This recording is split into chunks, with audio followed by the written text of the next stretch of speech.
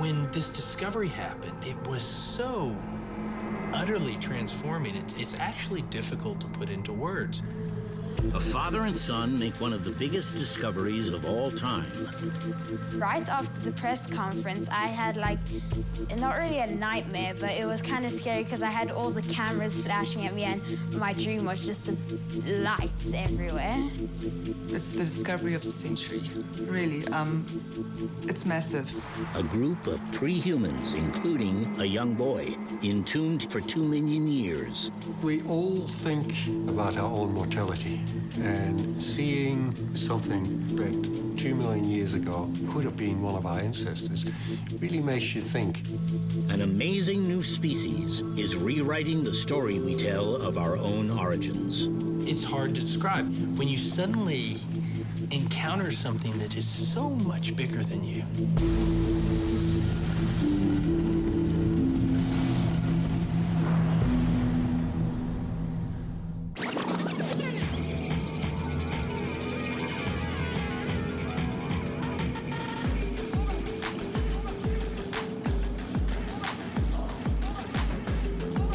The idea of finding early human fossils drew me to Africa. If you want to find these things in the field, you got to be here. This is like the ultimate treasure hunting. I was born in Kansas, and my grandfather was a wildcatter. My father was a geologist, exploration, discovery. It's probably in my blood. On August 15th, 2008, paleoanthropologist Lee Berger traveled to a wildlife reserve 40 kilometers outside of Johannesburg, South Africa, with scientists Job Kibi, his 9-year-old son Matthew, and their dog, Tao. This started as an ordinary day in their ongoing search for pre-human or extinct hominid fossils. Every paleoanthropologist hopes they will find a piece of a hominid that will add into the story of human evolution. You're not supposed to find these things. They are the rarest sought-after objects on Earth. We would go walking around for kilometers and just looking for caves, and if we found a cave, we would look for fossils. I think it's just fun. There was a kind of universal feeling among scientists that we had found the great fossil sites down here. Okay, let's head up there. I had spent 17 years of my life in that area. I knew it better than any human being. And all I found were 2 little teeth.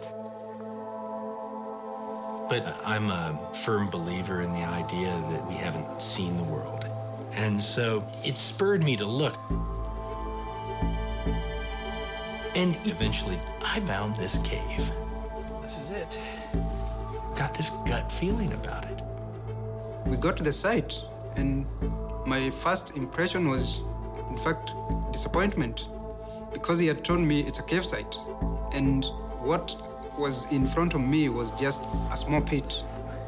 There you can see where they're blasting. We stood at the edge of this little hole, and I quite literally said, okay, guys, go find fossils. If you find any, call me over. I'll identify them. Let's see what this site has to offer. And with that, Matthew and Tao are gone. He's 9 years old, and the dog loves it out there, and so I think they're off to chase giraffe or something. Much of this World Heritage Site is protected now. But more than a century ago, hundreds of thousands of miners flocked here in one of the largest gold rushes the world has ever seen. They came looking for lime used to process gold and blew up pit after pit. Pretty much every cave we ever found had been destroyed by lime miners. They'd put dynamite in and blew it apart. And so I was standing there with Job, and I could see rocks on the ground that had been thrown there by miners.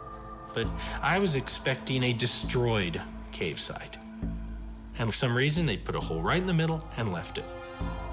So I ran off after my dog, Tao. He's a Rhodesian Ridgeback, and he loves being outdoors. He's playful. He just loves everything. I tripped. And as I was falling, a fossil caught my eye. Matthew says, "Dad, I found a fossil." I just saw a fossil, that's it. I knew it was a fossil, but I just saw a fossil. I had no clue what it was. I knew what he'd found. He'd almost certainly found an antelope fossil because that's all we bloody well ever find. But he's 9 years old. And 5 meters away from Matthew, I could see sticking out of the side a hominin clavicle. Never had a complete one of any one of those bones been found. And I was looking at one. You see that? I remember taking the rock from him, but it's kind of weird because everything is like watching a silent movie. Well, I was confused because I was just holding a fossil and he was swearing at me, so I was really confused. Matthew said I cursed. I don't remember doing that. He said, son of a gun. He said, son of a gun. Then I was like, okay. There has to be something very interesting. I turned the rock over, and there on the back of that rock was a lower jaw and a canine literally sticking out of the rock. Suddenly, the odds had gone from looking for the rarest things on planet Earth to maybe the probability I was sitting in front of a partial skeleton. I took a photograph of Matthew because even then I knew that this was an amazing moment. They determined the bones belonged to a 12 or 13-year-old male child that died 2 million years ago. They named him Karabo, which means answer in a local language. But what was this creature, and was he related to us? He was about 13 years old, and that's about my age now. Because I found him, he feels like really close to me. We knew it was amazing, but what we didn't know is how amazing it would get. About 6 million years ago, humans and chimps shared a common ancestor. In the millions of years that followed, a variety of creatures started walking on 2 legs, including some called Australopithecines. But which of the bipedal creatures on this jumbled family tree led to us remains one of the biggest mysteries in science. The line between exactly when we became human and between Australopith, Homo, modern humans, I think it's very blurry. The human family tree is incredibly bushy. There are a lot of dead ends. There are a lot of side branches. It is very, very difficult to draw any kind of straight lines between us and our ancestors. So we got 2 fun mushes to play with. Oh. And there is no single missing link. It looks a lot better at first than it does after a while. We're really looking at a continuum evolving through time and trying to sort it out. That's a very intriguing piece. But until Berger's 2-million-year-old find, there was little evidence from the period when scientists believe our own genus, Homo, emerged. There's a gap in the fossil record.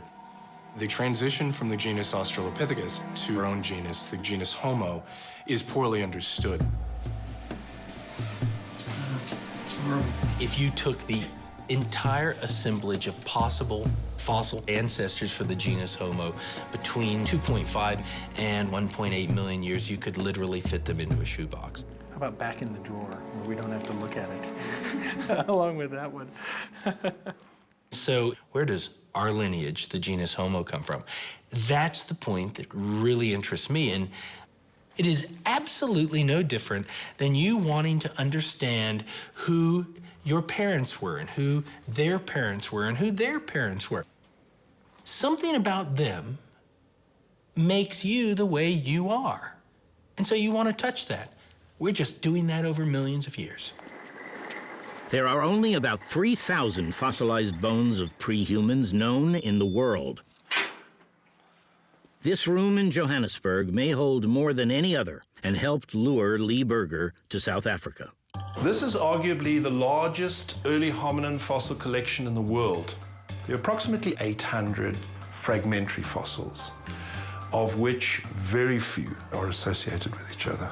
We truly are a science of fragments. You'll go through your entire career, and the odds are that you're not going to find even a single piece of these. These are foot bones, and very few of them are complete. The vast majority of the human fossil record is composed of isolated bones. We have only been finding these things for less than 100 years. This is a relatively young science. Of the 3,000 known pieces, 90% are isolated teeth. We have many, many of these, but most of them being quite fragmentary and from many different individuals. From this tiny collection, paleoanthropologists have struggled to piece together the course of human evolution. Because we are humans, we have this fascination with where we as humans come from. So it does matter which creatures are on the direct lineage to us. And of course, with the fossil record as fragmentary as it is, it's not entirely certain.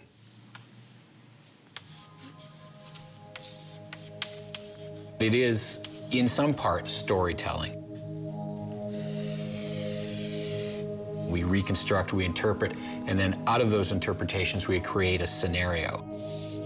With only a shoebox worth of fossils from 2 million years ago, it's been nearly impossible to reconstruct how the genus Homo emerged. Berger was determined to find more evidence, and he began taking an unusual approach. Lee is a bit of a lateral thinker. Many paleoanthropologists that have been working in the cradle of humankind treat geology as a secondary concern. Lee was probably one of the first to realize that maybe it's very important to bring geology and paleoanthropology together right from the beginning. In my field, the caves are resources. They're where the fossils are. The cradle of humankind near Johannesburg is filled with limestone caves. In cemeteries these days, if you bury somebody, within 6 months they're gone because they said soil is a natural phenomenon. But in the caves, they're highly limestone, calcium carbonates, and that's what's facilitating absolutely everything. So if the boy had just been slightly to the side or just down the cliff, he would never have been preserved. In the mid-1990s, Berger became the first scientist to systematically map cave sites in the area in search of hominid fossils. After more than a decade, he made a breakthrough. In December of 2007, I became the last human being to discover Google Earth.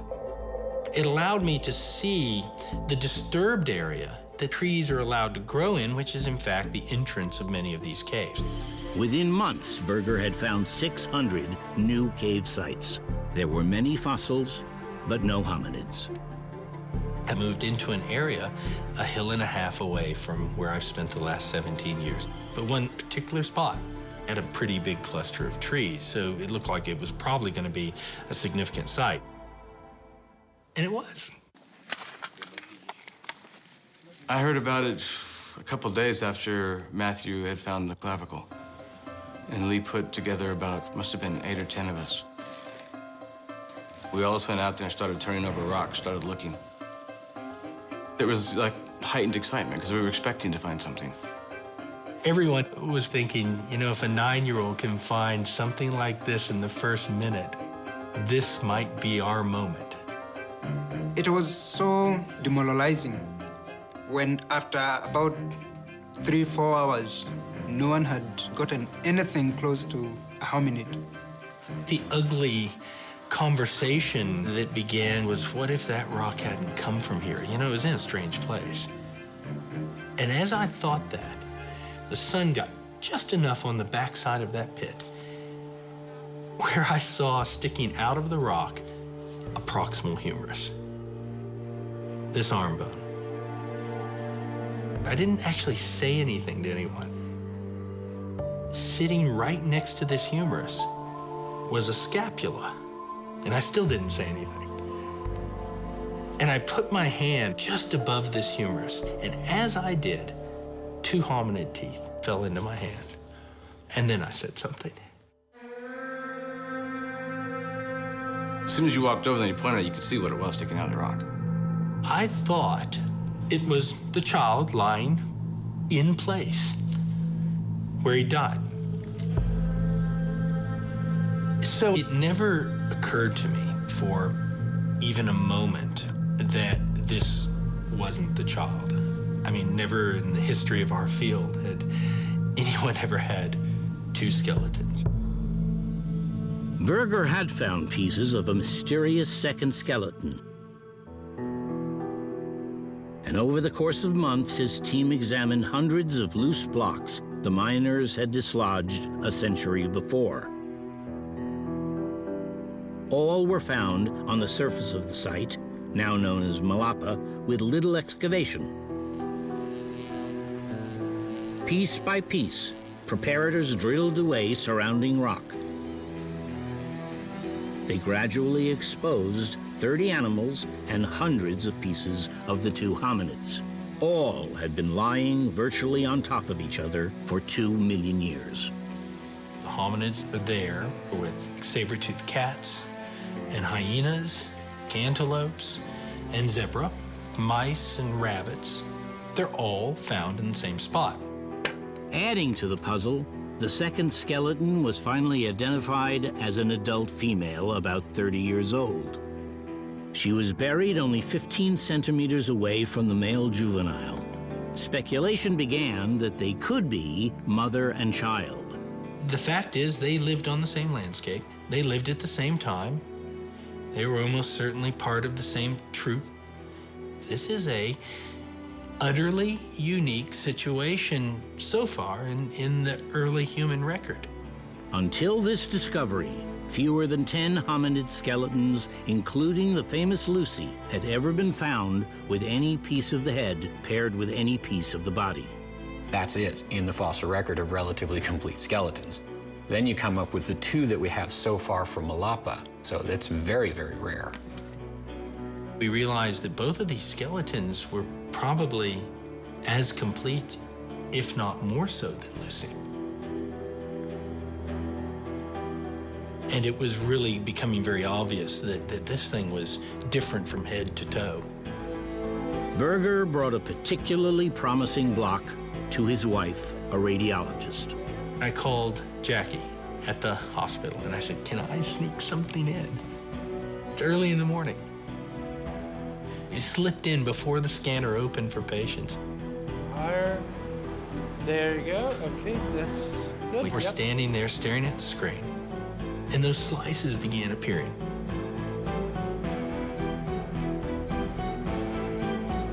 And then a slice came through, and you could see an entire skull. When the operator of the CT scan changed the textures and the lighting, you could just see this skull come out and look at you through the screen. It was, yeah, it just sent a chill down your spine. It was phenomenal. Then we knew that we had something huge. I was dumbfounded. I could not, in my wildest dreams, believe an entire skull could be sitting in this little rock. And then I knew we had a face.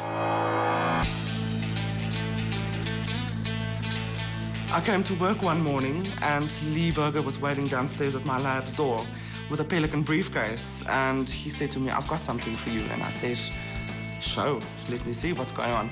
And he opened the briefcase and there the cranium was lying. And I said to him, "No ways." And he said to me, "Yes." I said, "No." And I sat there for about 20 minutes shaking.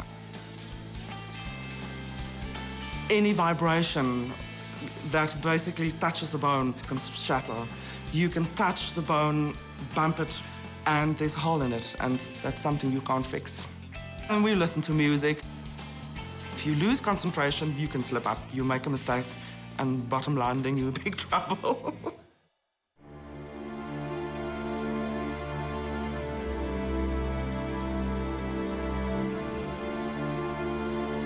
It took me 3 months to get it out.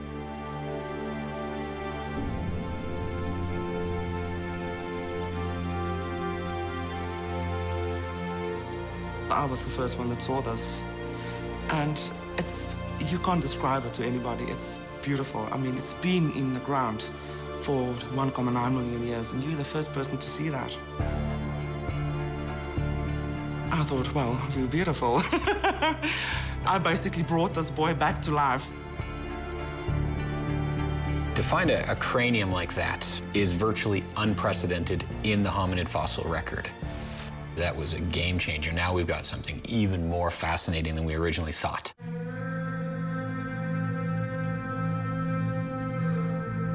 I think we're, as primates and as humans, very visual animals, and we need a face, and suddenly we had one. You're looking into the face of 2 million years old, you know? So it's just absolutely awesome, humbling, overwhelming, and extremely exciting.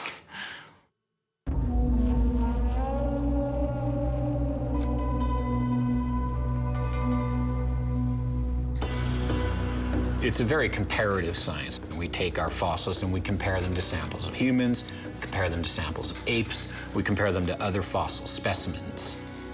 And we say, well, it has these brow ridges. Homo erectus has these brow ridges, therefore it's related to that. Or it has this projecting mid-face, which we see in Australopiths, therefore it's like an Australopith. Using comparative analysis, they try to answer the big question. Where does the new find fit on the family tree? First, the nasal area emerged, and you could see that incipient nose. As the teeth emerged, and you could see how small they were. As the forehead emerged, and you could see that very strong bar across the top of the face, which looked really, really strange compared to anything we'd seen before. We began to realize that this thing's different. It really doesn't match exactly anything. We'll go live to the news conference in just a moment. One academic describing this to me earlier today as bigger than the moon landing, saying that this is an iconic world treasure. Let's take this big announcement live. Thank you very much. Mr. Vice Chancellor, Deputy President, ministers, distinguished guests, people of South Africa and people of the world who are watching this. Ladies and gentlemen, what we have found are, arguably, the most complete early hominid skeletons ever discovered. They represent a completely new and unexpected species of human ancestor to science, something we did not think was there. Ladies and gentlemen, this new species is called Australopithecus sediba.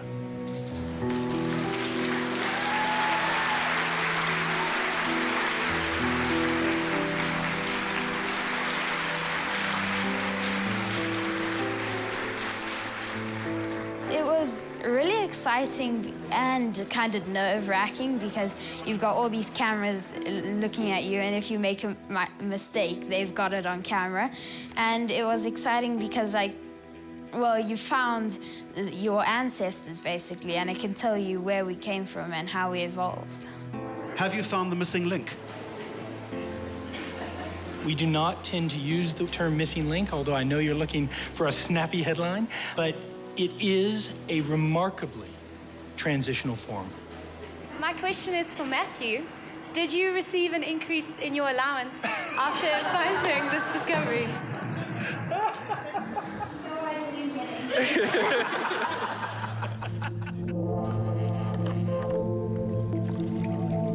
Shortly after the announcement of the new species, Berger made the fossils of the possible mother-child pair available to scientists around the world. We've got in excess of 74 scientists now working on the project. One of the things that Lee has said is it's never closed off to anybody. Because the fossils are so precious, we've set up a casting program, and they make copies. These are identical to the original fossils. Berger's decision to quickly open such an important find to everyone is unprecedented in the field. Please come forward. What we have here are, of course, the casts. I'd like to present this on behalf of the University of Witwatersrand, the Institute for Human Evolution, to the home of paleoanthropology in South Africa. I view paleoanthropologists like a bunch of kindergartners on the recess field. And there's one tricycle. And they're all fighting over that one tricycle. And then another one brings in his new tricycle, and the one who had the old one says, well, mine's better because it's mine. And he says, well, mine's better because it's new and shiny. First, the type specimen of Australopithecus sediba, as well as the female Malapa hominid 2, with her complete hand and limb bones. They're now yours. The field is sickeningly competitive. People will actually try and sink others if they get half the chance. So there is enormous advantage to be had if you've got access to good fossils. People go, look, I have a new toy. And it's locked in the vault, and you're not allowed to see it. But it's my toy, it's here. Trust me, it's real, it's really nice, it's cool, but you can't come see it. Whereas Lee's going, this is what I have, it's new, it's bizarre, it's amazing, everybody come look. Finding a full set of fossils like we have now at Sediba is incredibly interesting, partly because it's so threatening to a lot of people. There's a lot of people out there that have based big theories on far less material. It will create a lot of envy. It will create confusion. It's wonderful. Confusion is always good in science. People who I know can't stand him have come in and looked at the material, and he's completely happy. He's like, yeah, look at it, here it is. I mean, it's amazing stuff. Please, come give me your opinion, which is unheard of in the field. But it's the way the field should go and should be. Take a measurement across there. Scientists around the world have been shocked by Sediba's odd mix of modern and ancient features. The casts arrived in the mail, and I pulled the casts out of the box and turned the calcaneus around the heel bone, and there was something wrong. It didn't look right. This can't be what it looks like. And I turned it around and thought, well, it must be damaged, it must be eroded, and it wasn't. It was clear that this was something different. This was something that I had not seen before in the fossil record. If we had found the heel bone, the calcaneus, in one part of the deposit, and the shin bone or the tibia in another part of the deposit, I would have thought that these were two quite different beasts altogether. In the past, we were forced to use fragments because that's what we were finding. But Sediba teaches us a pretty tough lesson. I don't think you can any longer take one aspect of an animal's anatomy and interpret the rest of that animal's anatomy. The hand of a female skeleton was one of the most surprising things we saw. Both the hominids in our family tree before it and those immediately after it have primitive hands relative to Sediba. I think anyone who looks at that hand and sees that long thumb, sees those shortening fingers, is going to say, gosh, in many aspects is very much like ours. But these modern hands connect to ape-like arms. Sediba was absolutely still dependent on the trees. Those long arms are like a reserve parachute. They're saying, if this experiment with walking on two legs on the ground doesn't work, I can still get back up there out of danger.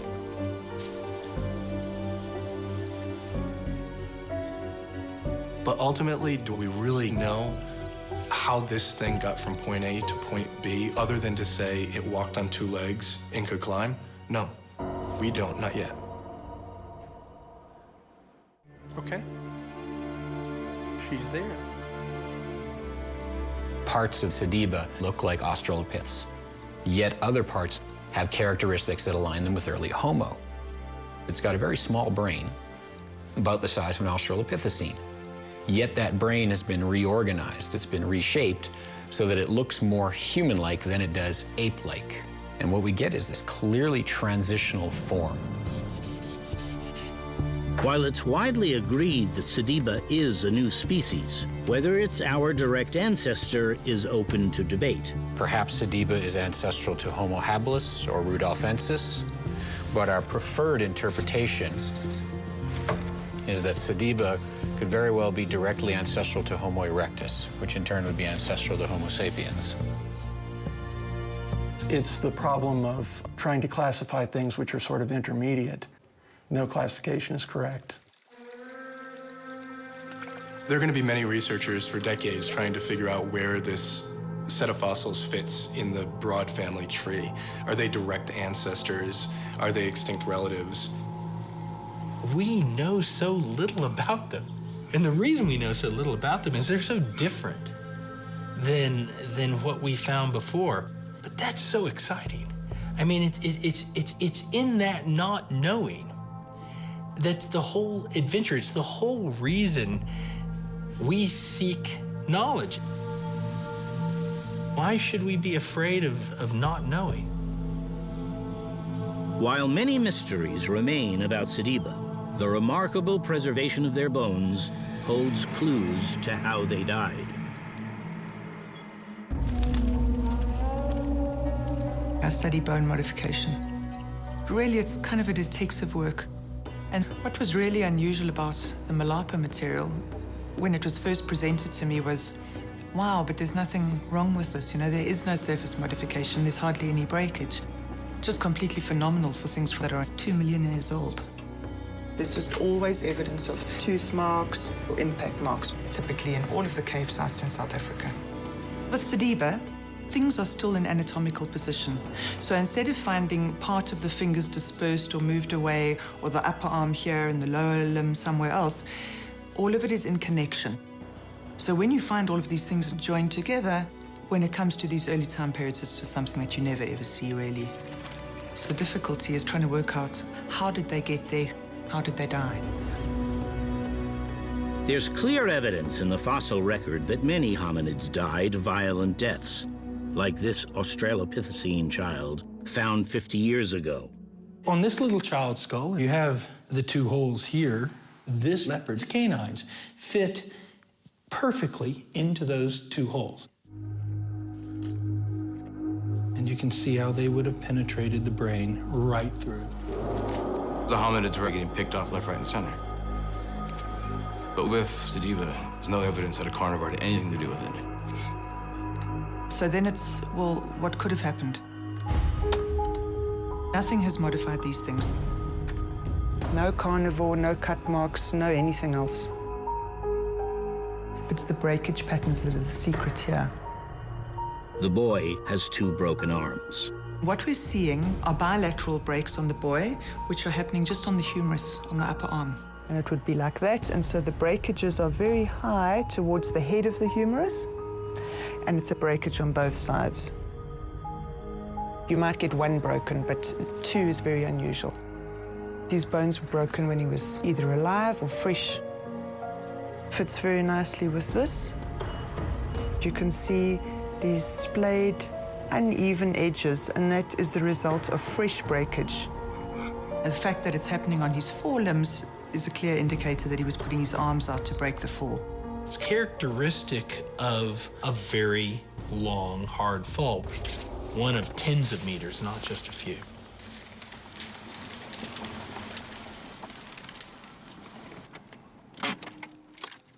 Welcome to Malapa.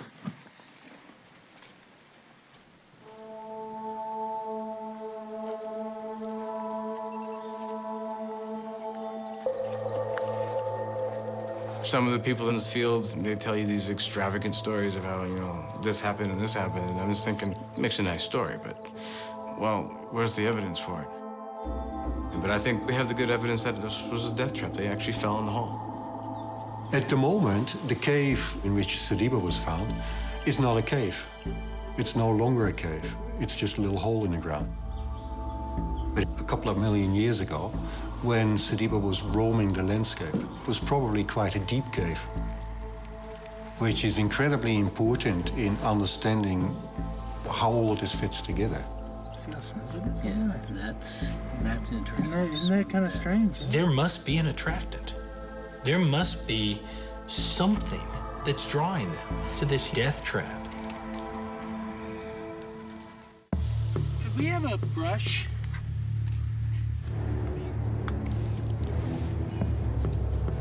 The only thing in my mind that unifies all these animals to take life or death risk is water. We, as modern humans, are so immune to what it is to go without drinking.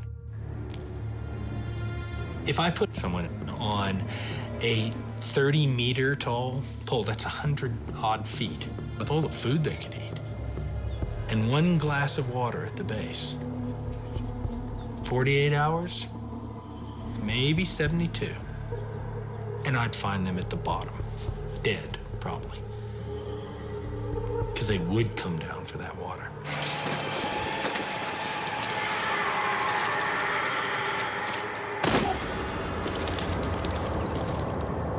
It was probably a drought period with underground water, which drew them in and they just fell down the hole.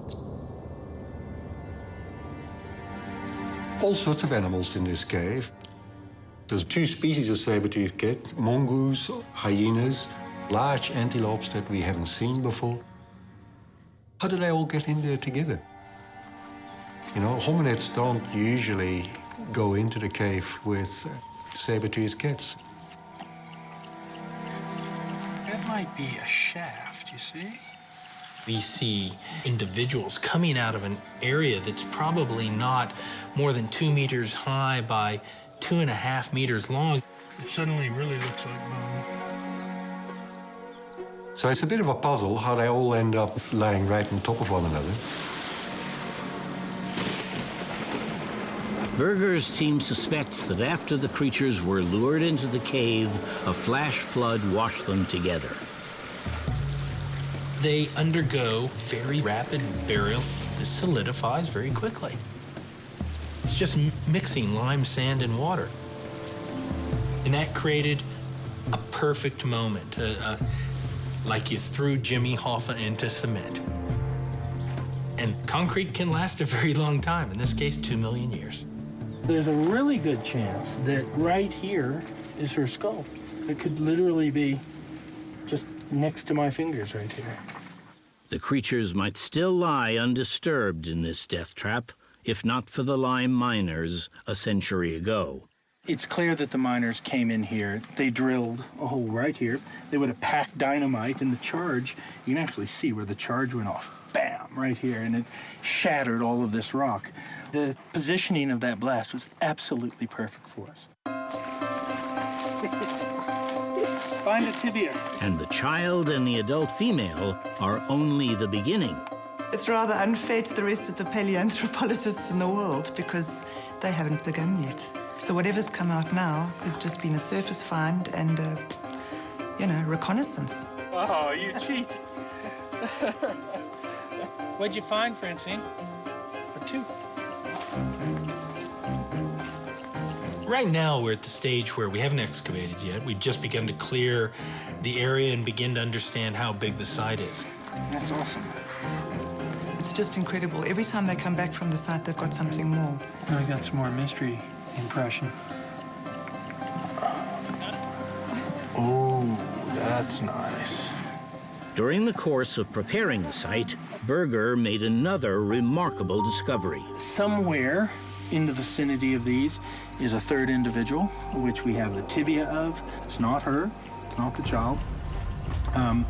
We haven't found where that body's lying yet, but we will. The tibia was right. The isolated tibia belongs to a second adult and is one of a series of discoveries that raises the scale of the find to a whole new level. From the very first day till now, every day something comes out. Something that's bizarre, different. It could be bone, couldn't it? While looking for a saber-toothed cat, Brian Kuhn made the most recent hominid discovery at Malapa. I was slowly prepping through blocks, trying to find any piece of the cat tooth and pieces of the paws or whatever I could find. Started seeing bone show up. So I was prepped around it, and as I got more and more of it exposed, I realized that what I had was obviously not a saber-toothed cat. I mean, the bone's about that big. It's tiny. If you're an adult, the articulation's fused to the bone. This didn't have that. No fusion had taken place at all. There's a pause because we're like, these are really small. This is the lower part of the upper arm. This is the upper part of the lower arm. And in life, it would sit something like that, which it would form the elbow. I mean, wholly explicative. This is an infant. There's no fusion on the ends at all. So that tells us this would be about an 18-month-old in human terms. You're not going to find an 18-month-old out running around by himself. You would have had to have a support system. You would have had a troop with him. Or at least a mother with him. There is now 2 adults. There is a 3-year-old child, there's a baby. There is the male child that is 12, 13 years old. So there appeared to be a group that dropped into this pit more or less at the same time. So is this a family? Usually if you ask someone like me that, you'd get a ridiculous laugh. Because we don't find that sort of thing in the fossil record. But Malapa is different. If Australopithecus sediba operated like pretty much every other primate species on this planet, then they're probably related to each other.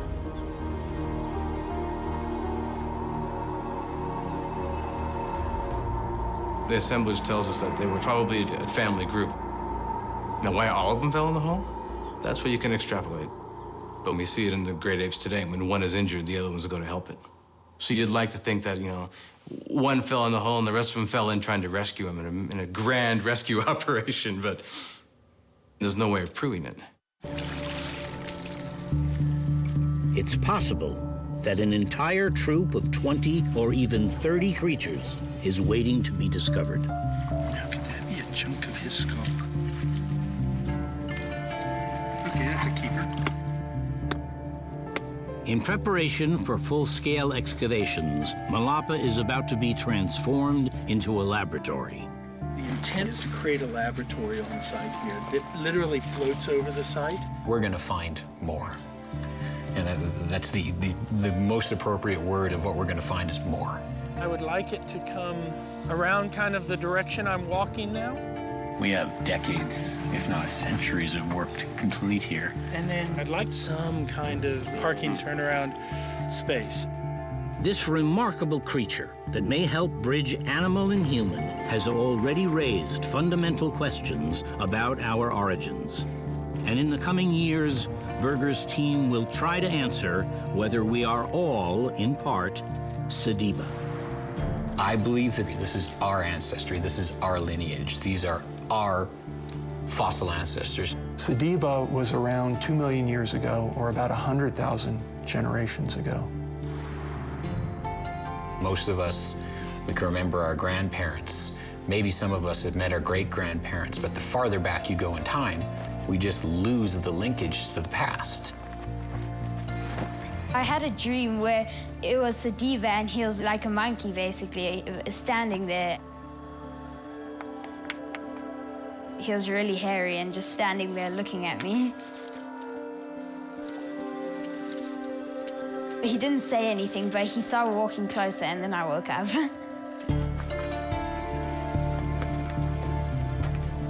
It's much more than just finding physical objects. This fossil allows you an anchor point in some way. They really make you realize that we are only part of a much bigger process. I found the first Sediba fossil right beneath this tree. It's the only tree in the area that's been struck by lightning, and that's basically how we remember where we had found the fossil. It's just like a remarkable tree. There's a lot more to be discovered on planet Earth.